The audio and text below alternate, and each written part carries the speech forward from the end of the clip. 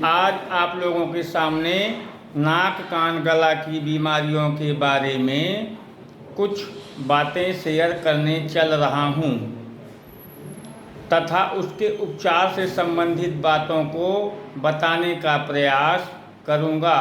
नमस्कार, मैं प्रमोद कुमार मिश्र नाक कान गला के रोगियों के बारे में विस्तृत विवरण प्रस्तुत करने जा रहा हूँ, जिसमें प्रायः यह देखा गया है कि पाचन क्रिया अनियमित होने के कारण ऐसी स्थिति बन जाती है कि महिलाओं में एवं पुरुषों में नाक से संबंधित बीमारियों की शुरुआत होने लगती है।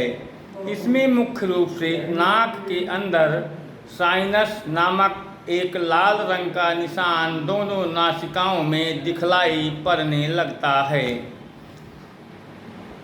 जिससे शरीर का तापमान जो सामान्यतया 98.4 फ़ारेनहाइट होता है तथा 37 डिग्री सेंटीग्रेड होने के साथ वह अंदर ही अंदर बढ़ जाता है, जिसमें मनुष्यों में इस बीमारी के लक्षण पाए जाते हैं। उनमें भूख की कमी तथा श्वेत रक्त कोशिका अर्थात प्लेटलेट्स का स्तर गिरने लगता है। सामान्य मनुष्य में यह स्तर 1,50,000 से लेकर 4,50,000 के मध्य होना चाहिए, परंतु ऐसी स्थिति में यह संख्या निचले स्तर की है गिरती चली जाती है, जिसमें रोगियों को थकान महसूस होना, चक्कर आना, मूर्छित होने जैसी स्थिति उत्पन्न होने लगती है। रोगी इन सब बातों को एक बार तो अनदेखा करने लगता है, जिसके परिणाम स्वरूप उसे बहुत सी कठिनाइयों का सामना करना पड़ता है। इसमें शरीर में हीमोग्लोबिन का स्तर लगातार चला जाता है। डॉक्टर अर्थात चिकित्सकों का मानना है कि उचित उपचार से ही इससे बचा जा सकता है। कभी कभी छोटे बच्चों में नाक के अंदर गांठ हो जाती है, जिसमें यह होता है कि ज़्यादा तेज चलने, उछलने, कूदने, दौड़ने पर तेज झटके के साथ नाक से रक्त स्राव अर्थात रक्त बहने लगता है, जिसमें मरीज यह पहले तो समझ ही नहीं पाता कि हुआ क्या है।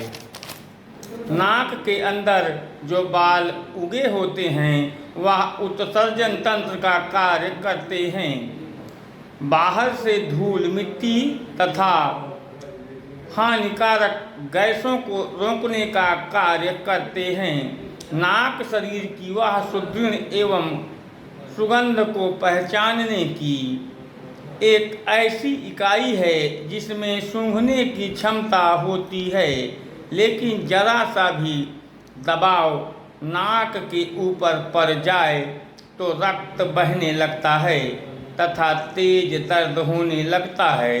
नाक के अंदर कभी कभी छोटे छोटे दाने भी निकल आते हैं, जिससे मनुष्यों को काफ़ी कठिनाइयों का सामना करना पड़ता है।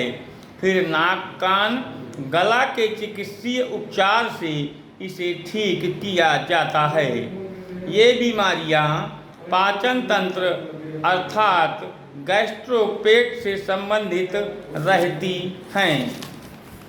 इसके बाद मनुष्यों में गले की बीमारियों का प्रभाव देखने को मिलता है।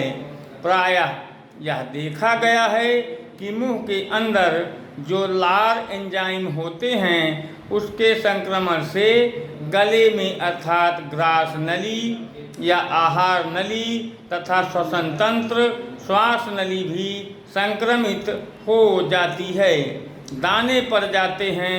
यह भी पाचन क्रिया अनियमित होने पर प्रारंभ होती है। मुंह के अंदर बार बार दाने निकलना, जीभ पर छालों का पड़ना इसका उदाहरण है।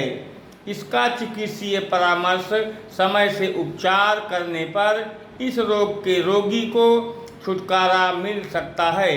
कभी कभी चेहरे पर भी दाने निकल आते हैं। यह भी पेट की पाचन क्रिया अनियमित होने से होता है।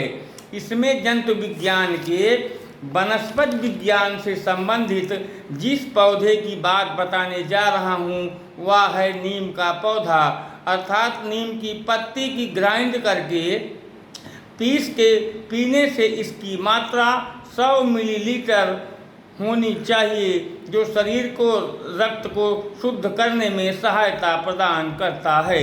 इसी प्रकार मनुष्यों में कान से संबंधित बीमारियों की पहचान की जाती है। जैसे कान का बहना प्रारंभ हो जाता है, इसका कारण है कभी कभी कानों के ऊपर से जाने अनजाने में चोट लग जाती है, जिससे कान बहने लगता है।